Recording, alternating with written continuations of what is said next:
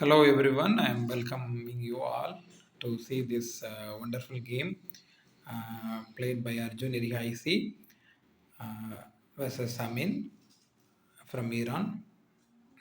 Arjun Erigaisi already he's a well number two player in a live rating right now, and Amin also a very strong chess player like his teammates Maksudlo and Alirai Safreza. Now we are going to see the game. It started with e4, e5, knight f3, knight c6, and bishop c4. You can see that this bishop is attacking the f7 point. This bishop is attacking the f7 point.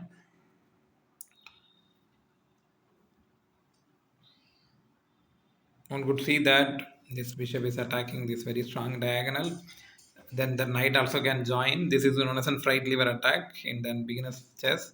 Um, but right now that queen is stopping that knight entering route.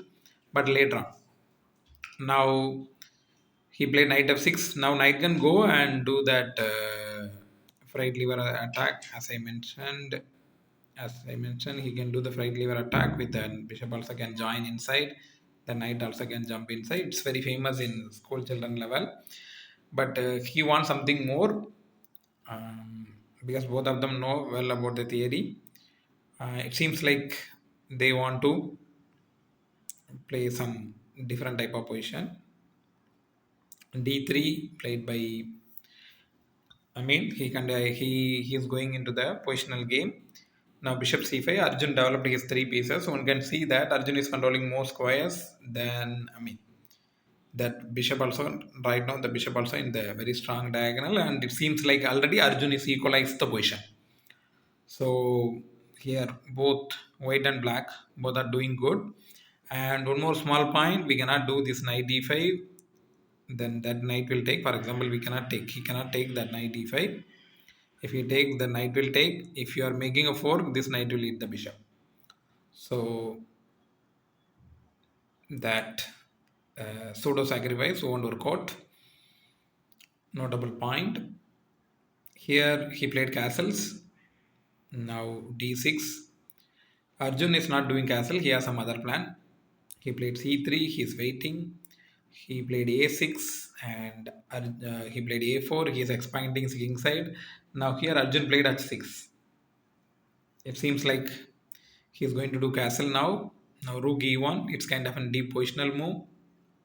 Now bishop a7 played by Arjun. Now the game is going in an it's going like a positional game, not an open attack, aggressive attacking Chakabana game, Italian game. It's going like a quiet game. So he played b4. He is getting more opportunities on the queen side. Arjun is pushing g5 and he's attacking on the king side. He's weakening up his king side. Oh my god, it's very hard to play like this. But in their level, they may have a lot of skills and this thing. That's why he's opening up the king side and playing. And for school level children, it's some kind of a tough choice. It's some kind of an tough move for them to continue. If you are doing like this, then they have to play exactly like an Arjun. Now bishop e3, exchanging that very strong bishop. Arjun exchanged it. Now rook came into the game. Now both of them exchange their dark square bishops, and he played g4. Arjun is kicking that knight away, and he's pushing h5, and he wants to open up the king side, and he wants to do something on the king side. Now he played d4. He's countering in the center. Now Arjun played on h4, and he played bishop e2. He's bringing more pieces to the king side. Now Arjun played queen e7 and he played d5. He is kicking that knight go from that much better place. The knight returned to b8. Now again it seems like a positional game. Um, but Arjun is attacking on the king side. He closed the center. Now he's bringing his next knight and he's bringing his queen to the king side. Now he is bringing his knight to again to the king side. Now he has so many people in his own king side. So Arjun's attack will not get succeeded. I think I am telling that it will not ended up in a checkmate because of there are many pieces are there. The defensive chances are higher, and Arjun also has only rook and queen to attack. It seems like, and knight and bishop can join. So it seems like he cannot succeed in his kingside attack. The point I want to tell you is, in the middle game itself, he cannot do the checkmate and win the game. Now queen h6, he is trying to get some other kind of an advantage. G3, Arjun is pushing his pawns. He took it, and he is moving his pawn forward. Now, one could see that knight G3 is a very bad move after knight G3. Here, rook is hanging, not queen H2. Already the rook is hanging, so his knight has to be there. And what will happen after, knight G3, queen H2? This position is slightly better for the black player. After king f2, it's slightly better for the black player. But queen e3, it's kind of a different type of thinking. We need this kind of thinking. So here, if he played here, that's a very bad move. Now after this, he cannot do much with his king side attack. The position is still equal. He cannot do much. There are many pieces on the king side. Knight, this knight, this knight, this knight, this bishop, this rook, this queen. There are many peoples in the king side. So there are many peoples in the king side. So he cannot succeed in checkmate. Here he he closed that king side. Now he developed the knight. Here bishop h3 sacrifice will not work out. Already I told you that gh3, queen h3. It looks like a dangerous position. After bishop f3, white got advantage. Even after some moves like knight g4, you are bringing your knight, and he can move his rook away, and there is nothing much is there. Even after knight f2, here you have to play moves like bishop g2, and if he's taking it and he's surrendering his attack and losing a game, so this is a winning position for the white player. So he won't do like this, and Arjun don't have many people to attack. That's why he's bringing one more person into the attack by playing knight here, and he need more attackers. That's why he's bringing. He played c5 already. White is getting advantage. White got advantage. He has a center advantage, and his king is more safer than Arjun's king. Seems like knight f1, knight f8. Here he did a mistake. He could play rook a3. It's a computer move, and idea is taking a pawn on g3. For example, if he played bishop h3, we could take gh3 and queen h3. We could stop the mate by playing knight g3. It's purely a computer line. After queen h2 check, there is nothing is there. After king f1, but it's very hard for humans to play like this.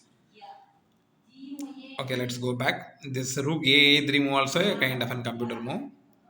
So here after knight f8, he took it and he took it.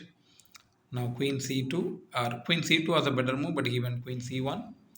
He's keeping eye on the queen also. He's taking it, and queen knight is coming there. He's bringing one more attacker, and rook g3. Now Arjun could escape the exchange the queen, but it will favor the white player. So he won't exchange. He's bringing his knight, and now one could see that if he played moves like, for example, if he is playing some moves like this, one could see that there is a knight e2. I was just joking, okay? And they won't miss this kind of an idea and all. So here basically he is trying to play knight e2. So queen e3 is forced. Now knight h3 and rook h3. This also forced. So he has to give up his rook. If he is playing king g2, then knight g5 check, and it's completely winning. For example, if he playing rook g5, and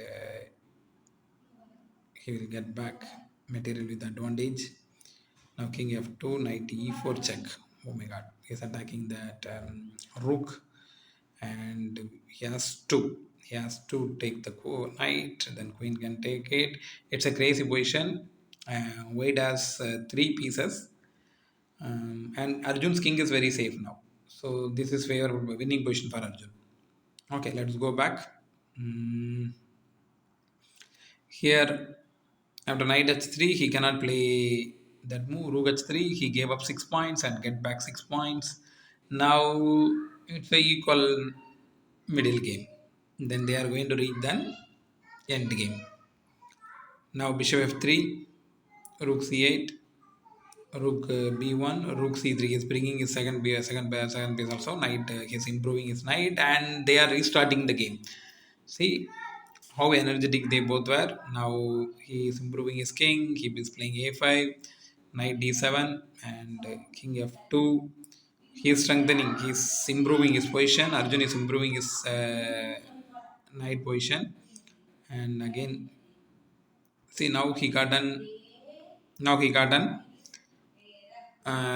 better position. That a5 pawn is very strong for Amin. Now Arjun has some kingside attack. He has very strong A passer. Now Arjun is trying to stop that. Now the position is dead equal because of that A passer. Now he's defending his knight with the knight, but he's under ugly pin. Here he could defend that with bishop f1, and he could relieve. He could apply this plan now here itself. But he gave check first. He was testing Arjun. He's ready for a draw. It seems like he was doing this business for last three games. He gave check. He went there. Now he is going there and giving check, but he don't want drag. He don't want to go to king f8. He comes to king f6. He wants to win this game. Now rook d7, giving up the pawn, is kind of a very rare move. Seems like after rook a6, it's winning for white.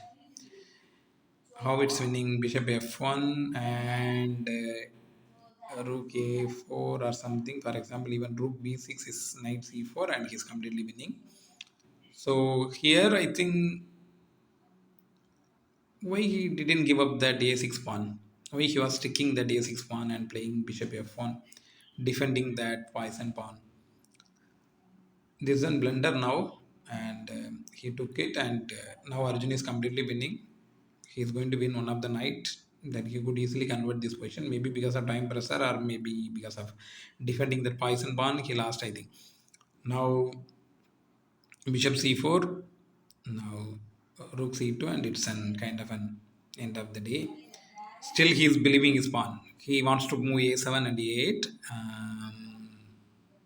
Arjun was very fast. Now he's attacking the knight, not taking the knight. If he's taking the knight, then rook d6, and this is a winning position for the white player. After king g5, rook h6, it's a winning position for the white player. Even after king h7, it's a simple win after a7. But here Arjun is not Arjun calculated correctly, and he played rook h3. Now why a7 will not work out? Because of the check and mate in 6. Even he is going there, the mate is unstoppable. Now rook d2, he could play. See, he could make a queen. Even that queen is helpless because of the checkmate in 2. Rook g2 check here, and here simple checkmate. So that pawn kind of tricked Amin to lose the game. Um, After king f1, I mean here he cannot. It's not simply giving up the knight. It's about falling down into the checkmate. Rook h3 idea. It's not just defending the knight. Also, we are going to do our own checkmate. That's why he moved the king away. Now ef3. Now still a7. Let's see that variation a7, and it's checkmate in knight f2 and check this and check. Now where the king can go? King can go only to here. Now rook c4 check, and it's kind of an knight c4, and he's making a queen, and he has a very strong initiative. Even he is making a queen, it's made in one after queen c4. So there is no time for him to make a queen. He can stop the checkmate by playing this move, and I can take it, and we can take it, and still he can stop the checkmate by playing these kind of moves. But he cannot stop the checkmate for a long. King f6. Now one more checkmate. So here, so here he almost lost the game. Arjun took it. He played knight d4 check. He played king f5. Now knight d6 check, king g6, and final trick. There is a final trick. Bishop f1 attacking the rook g to check, and he could take. He could take, and there is a final trick. Rook g7. I mean check. Um, king f2 or rook h1, and here rook g7 check also useless. There was some trick were there. Okay, that I saw. Maybe it's during two moves earlier, I think. Okay, anyway, here it's completely losing position for Amin, and Arjun won his third game. So now he's crossing 280 live rating, and he's in current well number two. He's increasing more points to that. He's adding more values to that. Okay, see you tomorrow's game. See, we can analyze tomorrow's game also. We can analyze some other players' games also. Today, some other players' games also in another clip. See you. Bye.